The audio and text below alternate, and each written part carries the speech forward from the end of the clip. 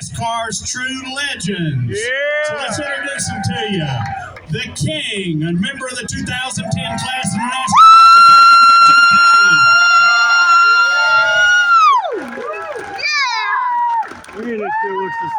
Member of the 2012 class of the NASCAR Hall of Fame, won 10 times here. DW, Darrell Waltrip.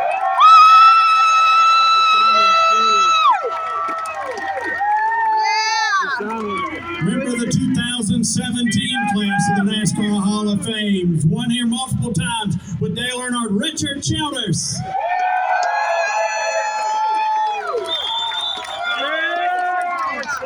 A three-time winner here and a member of the 2013 class of the NASCAR Hall of Fame, Rusty Wallace.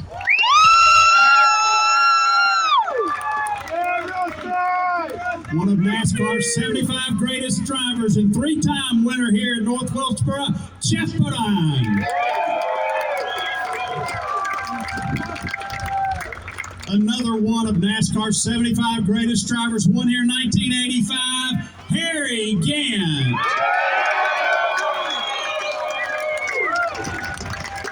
The 1995 NASCAR Craftsman Truck Series champion, welcome Mike Skinner. He won the inaugural pole when we went to Indianapolis for the Brickyard 400, Rick Mass. Rockin' Rick. And promoter extraordinaire. If it has been done uniquely at a racetrack, this man was behind it. H.A. Humpy Wheeler.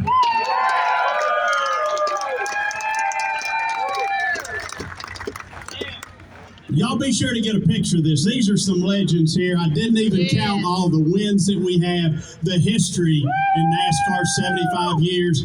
But I'm going to start with Richard. Richard, let's start with North Wilkesboro. Do you remember the first race you came to here with your dad or as a racer? I think 1950, it was all dirt.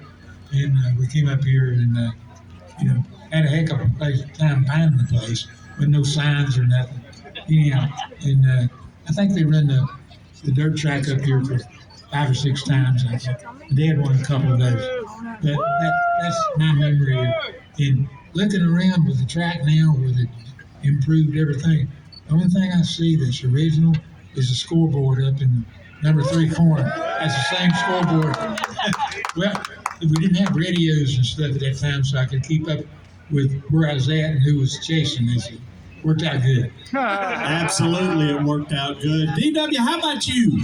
When was the first time that you came to North Wilkesboro? So I came up here, and Jake Elder was my crew chief, and Jake was crazy. He was crazy Jake. And so I said, I don't understand what's going on. I go down into turn 1, I'm about wrecked. I go into turn 3, and I can't drive it into that corner hard enough. He said, well, you big dummy, you're going downhill in the front, and you're going uphill in the back. So you might want to... You didn't realize that at the time? I didn't know it. You couldn't tell it. I couldn't tell it anyway, but I got to tell this on Richard.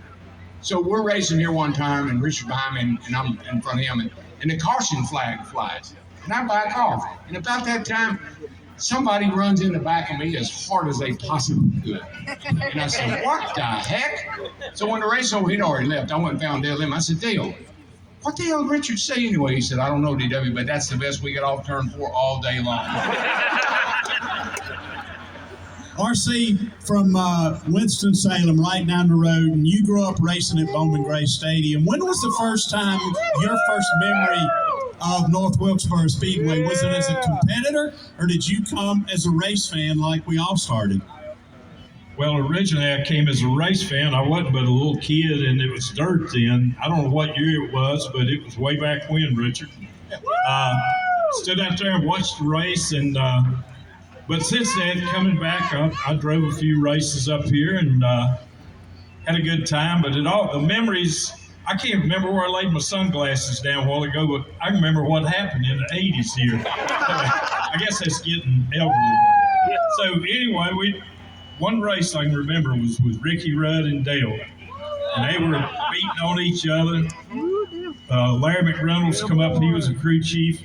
And he was going to say, hey, take it easy. We'll race at the end. By that time, Chocolate had him wrapped around his head. Somebody had him around the waist and carried him back down to his pits. I can remember that. There were a lot of those memories, and Jeff, we'll get to you on that one here in a little bit. Yeah, who won that race? Rusty, you grew up short track racing, but there's nowhere like North Wilkesboro. What were your first impressions when you went out on the track? Did you realize it was uphill and downhill? We didn't have iRacing back then. Well, I grew up in the short tracks back in Missouri and the Midwest and all that, and I was able to win a lot of races back there in what they called the ASA cars. It was Alan Quickie, Mark Martin, guys like that. We were all doing that.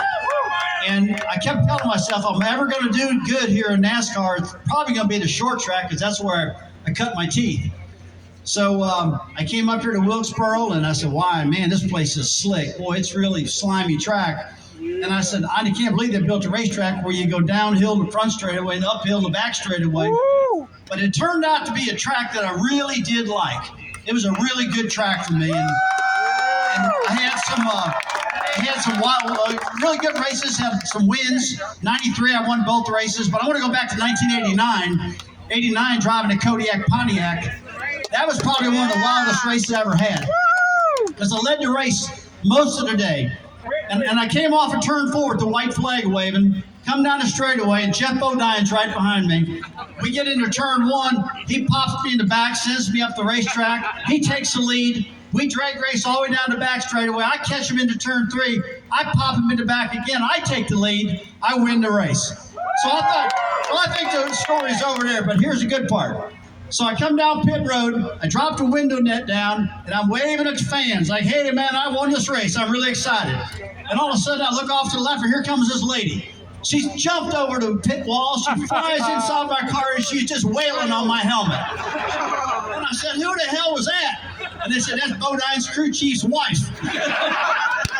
So that was a pretty good story, but I always loved this place. It had all good ones here. It had some bad ones, but it had a lot of good ones, too.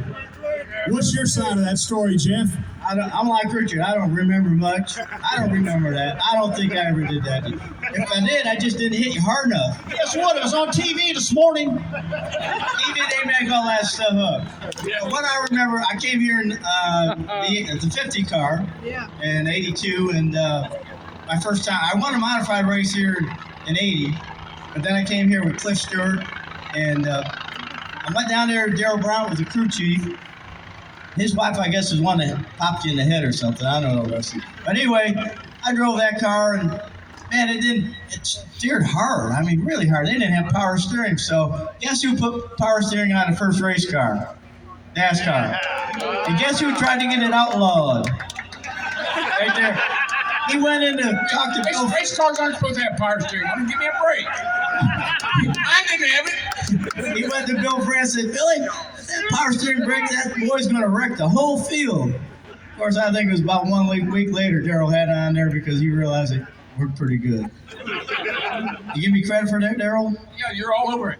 Okay. You're next, Harry. Not the way I remember, but you're all over it. So, Harry, I believe it was 1991. You had already won 4 straight races. I think it was about 13 laps to the end. You were almost to 5 straight races. What happened that particular race, but what was it that made that car so good? I'm going to see if I get the truth out of this. Tell the truth, Harry. I done it. I made it go fast. Pushed the throttle hard. I pushed it so hard I wore the brakes out. Now the brakes, the bleeder had got going about 40 laps to go.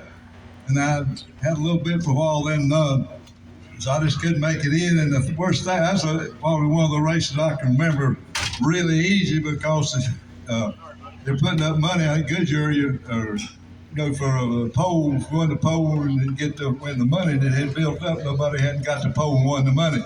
So we got the pole, and we gonna win the race. It seemed like pretty easy. And so whenever I didn't have any brakes, and then caution come out, and that done it all. I couldn't even hardly get into the pit and get back out. But anyway, I was going to come on the radio and tell my spotter to tell Dale's spotter that I ain't got no brakes. And we got about 10 or 15 laps to go, and I can't race. I can't wreck us both. To tell him to stay back and we'll split first most $225,000 from mother and second money. And my spotter didn't tell them, and so we didn't get the deal done. I run my first racing cup race here in Junie Dunleavy's Torino. All right. Next up, Mike Skinner. Mike, did you get to race here? Did you get to race in North Wilkesboro in the original track? Yeah, I did. But my moment at Wilkesboro, I ran a cup race here, but my story started in Nashville. Harry comes, he's running a truck race. I'm out there leading the race. I got them all smoked. Right front tire goes down. Had to hit pit road, come in, got a tire, lost the lap, come up there, got my lap back. I catch Harry. He's leading the race. He was not going to let me by. And I finally honked the horn hard enough. I think I spun him out. I don't remember, but I know T-shirts didn't sell for a while after that. But somebody said, "You have slapped Santa Claus." That was a really dumb move. I'm like, okay, I get it. So we come to Wilkesboro. I guess it was 96, wasn't it? I think it was. Yeah, so I get the pole. We're really good shape. You sure you All of a sudden, I look in the mirror, and here's Harry. He's dive bombing the corner. And I'm like, oh, God, I know what's coming. He plowed in the back of that 3 truck and spun me out. I hit the wall. They said he got on the radio and said, well, the throttle hung. He said, oddly enough, when I hit him, it come unstuck. So that was my Wilkesboro memory. And I always loved Harry, loved racing with him. And I guess if you're going to get spun out, Handsome Harry's a good guy to spin you out. What made it even worse here, the next morning eating breakfast, wasn't anywhere to eat, so I had to eat his crew. I was pulling the chair out and said, "You boys mine?" All these guys say they have amnesia and can't remember anything, but they can tell you what they did in 1973 on lap number 28. I just don't get it. Rick Bass, you had some good runs here. More in the Cup car than I think you ran 3 or 4 bush races here as well. What was it about this track that you liked? Well, to start with, folks, about 70% of what you're hearing is truth. Okay, just so y'all know that. You giving them the benefit of the doubt. I was I'm going giving to the go benefit of with the doubt for 50. this group. Yeah, I know this group very well. Now, let me tell you a story about Wilkesboro. I'd run a couple maybe bush races here, but my first cup race here, if we go back a little bit, 1990, I was a fledgling Busch Grand National driver, just worked and strived and my whole life tried to be a cup driver. And at Dover in the fall of 90, I signed a deal with U.S. Tobacco, i.e. the brand Skoal, and Richard Jackson to drive the next year in 91.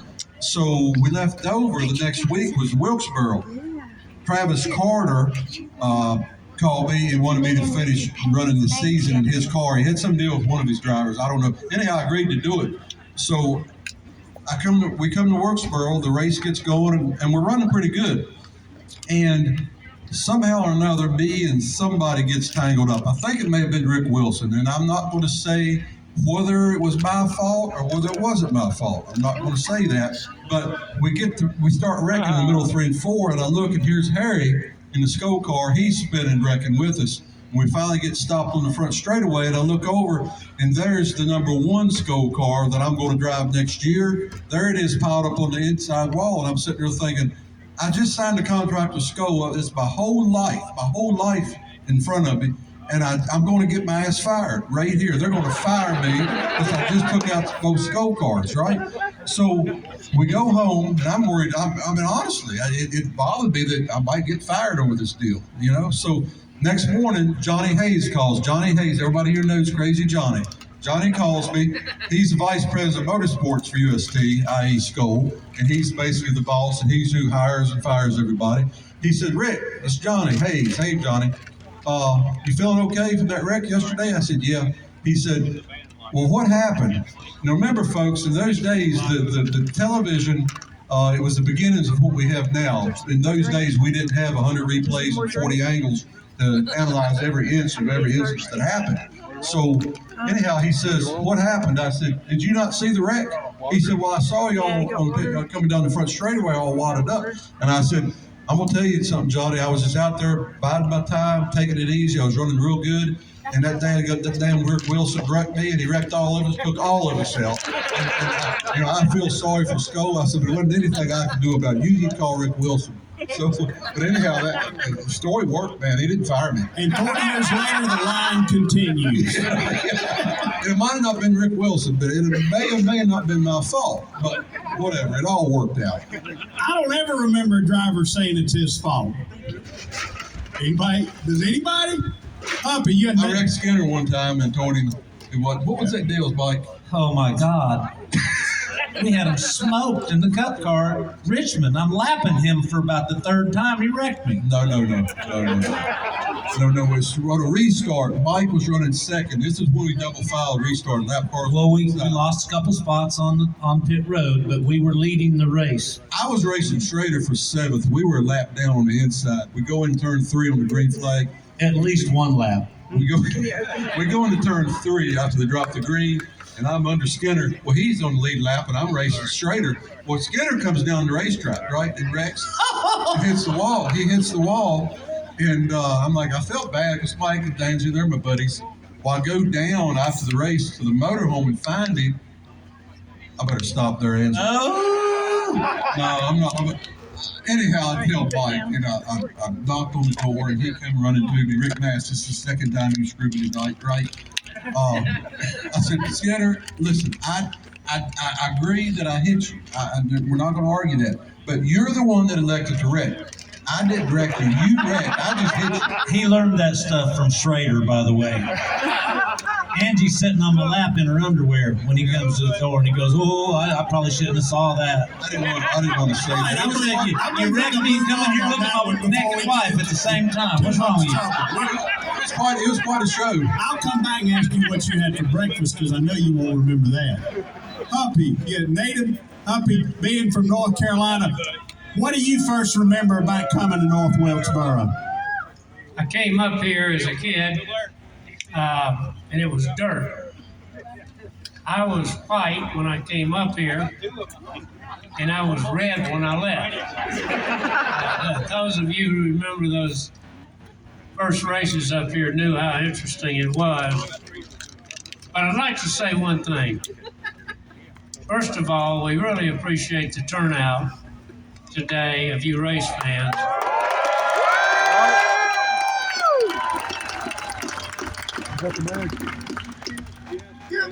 We all appreciate that, and I'm not talking about the Speedway Motorsports, but I'm talking about everybody in racing. To see a track like this come back is really an encouragement to all of us, because you know this is the roots right here. And I know you feel the way I do. There's nothing stronger than roots. Right, that's right, yes. I'd like to say one other thing. I'm not going to talk much about myself. Some of you know what I've done. Some of you know what I haven't done. I hired a young girl from Belmont Abbey College here about 12 years ago, and as an intern. And folks, that girl's name, you haven't heard of it, you will down the road, Jessica Fickinger.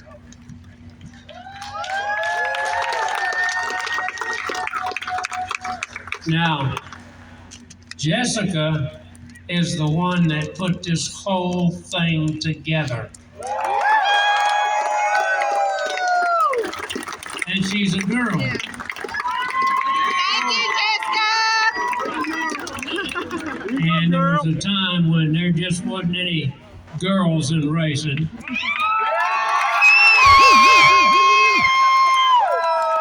This is Jessica. And Humpy will never be asked to be on one of Jessica's panels again. So, thanks for coming. God bless all of you. Thank you. So Darrell, being here in Wilkes County, we cannot talk about racing here without talking about Junior Johnson. No. I can't think of anybody who can give me a better Junior Johnson story. And it's your canvas. You tell us your favorite Junior Johnson story. No. When Junior hired me, the first thing he said to me, he said, "You can win Daytona, I don't care. You can win Charlotte, I don't care. You can win Darlington, I don't care. But you better damn well win North Wilkesboro." And he loved this place. Anytime we had something to try, whether it was on the car or in the motor or whatever, this is where we came. And here's the story that you won't believe. But 3 weeks before the race up here, he would come and lock the gate. And he was the only one that had a key. He's on the stage right now. Because he didn't want anybody to get in here and test before the race. For the race coming down here? Up. So, look, Junior's up there. He's dancing right now. He's having the best he's time. He's going to have a concert down here too. He looks down and he says, I can't hear you. "The wheels are alive and they're well and the people are there. Okay, we're up the at track front. is great. Near the stage. Marcus and all. I walked in. I came in here. I had no idea where I was. I hardly knew how to get around this short. And so it's amazing what they've done in just a short period of time. I think they repaved this track, and I think you're going to see some great racing here. You're going to see a great race tomorrow. Tomorrow might be a great race. Just wait until they get finished with this place. You'll see some really great racing then. 10 wins here, I think 6 out of 7 with Junior in a stretch. Well, would you always like to say that his 2 and my 2 made 5? So he knew a lot about short track cars and engines. I knew a lot about short track cars and engines. You put them together, and the 2 of us would make 5. So I loved it. It was the best 6 years of my life. He and Flossie were like mom and dad to Stevie and I. We were going to move up here. I thought about it, looked at a lot of different farms, thought about moving up here at one time or another, but it didn't work out. But Junior Johnson, the last American hero.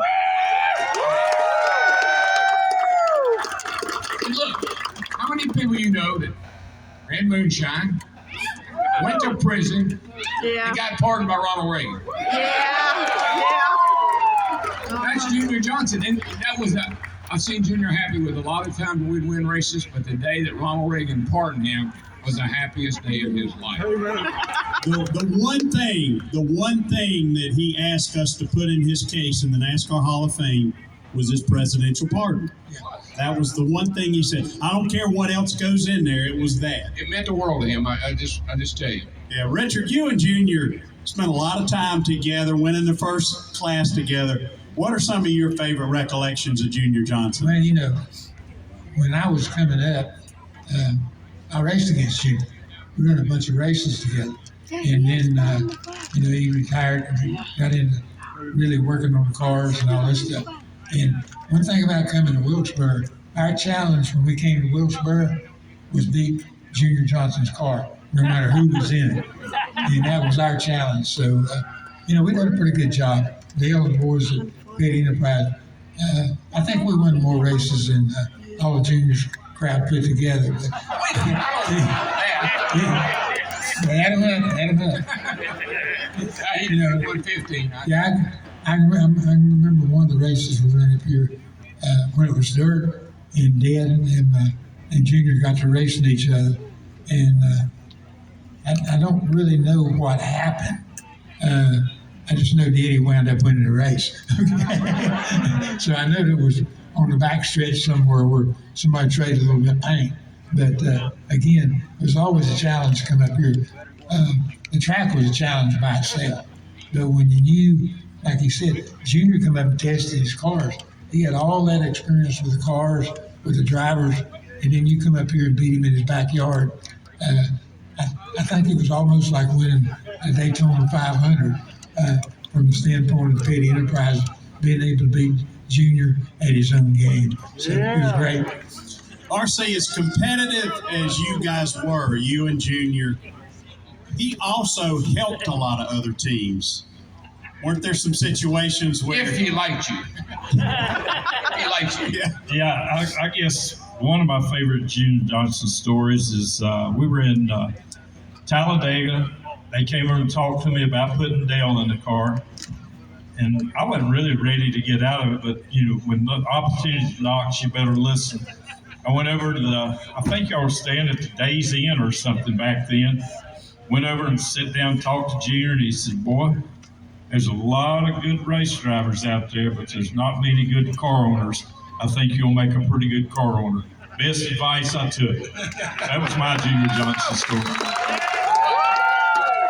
Absolutely. I got to tell you this. Junior was going to hire.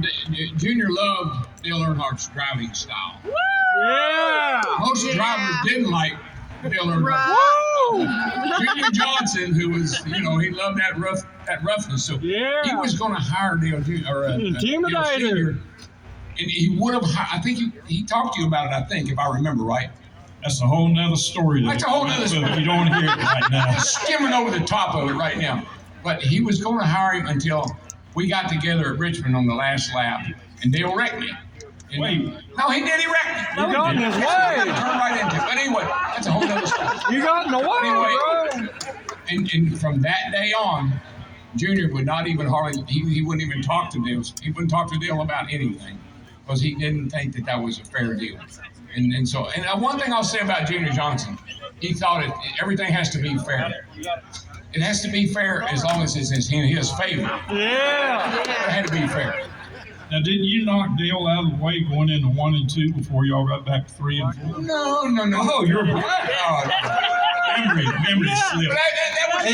He said his memory was going away. Okay. Hey, 8 tires are better than 4. That's all I know. That's what happens when you lose.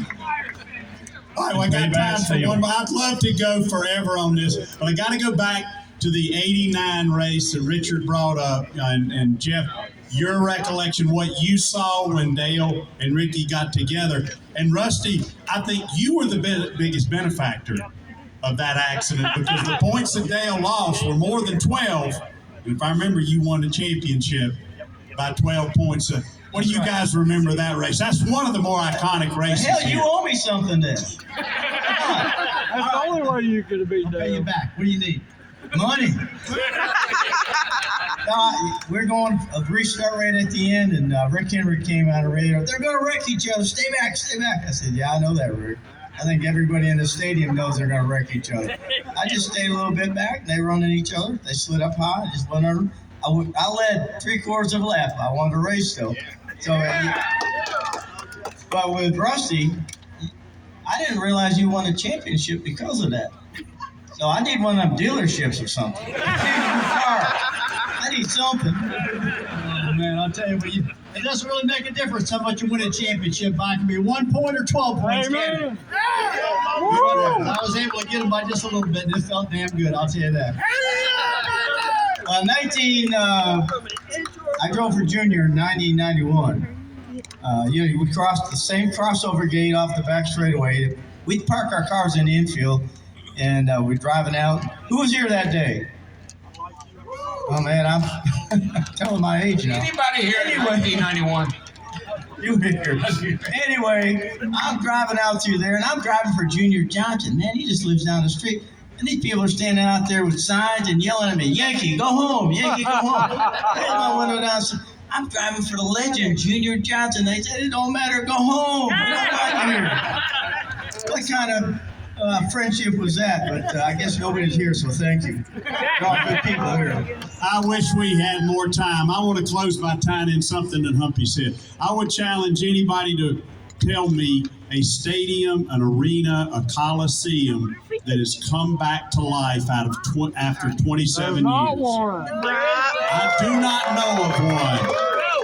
And this place coming back to life thanks to the folks from Speedway Motorsports, from NASCAR, and most of all to the fans for coming out.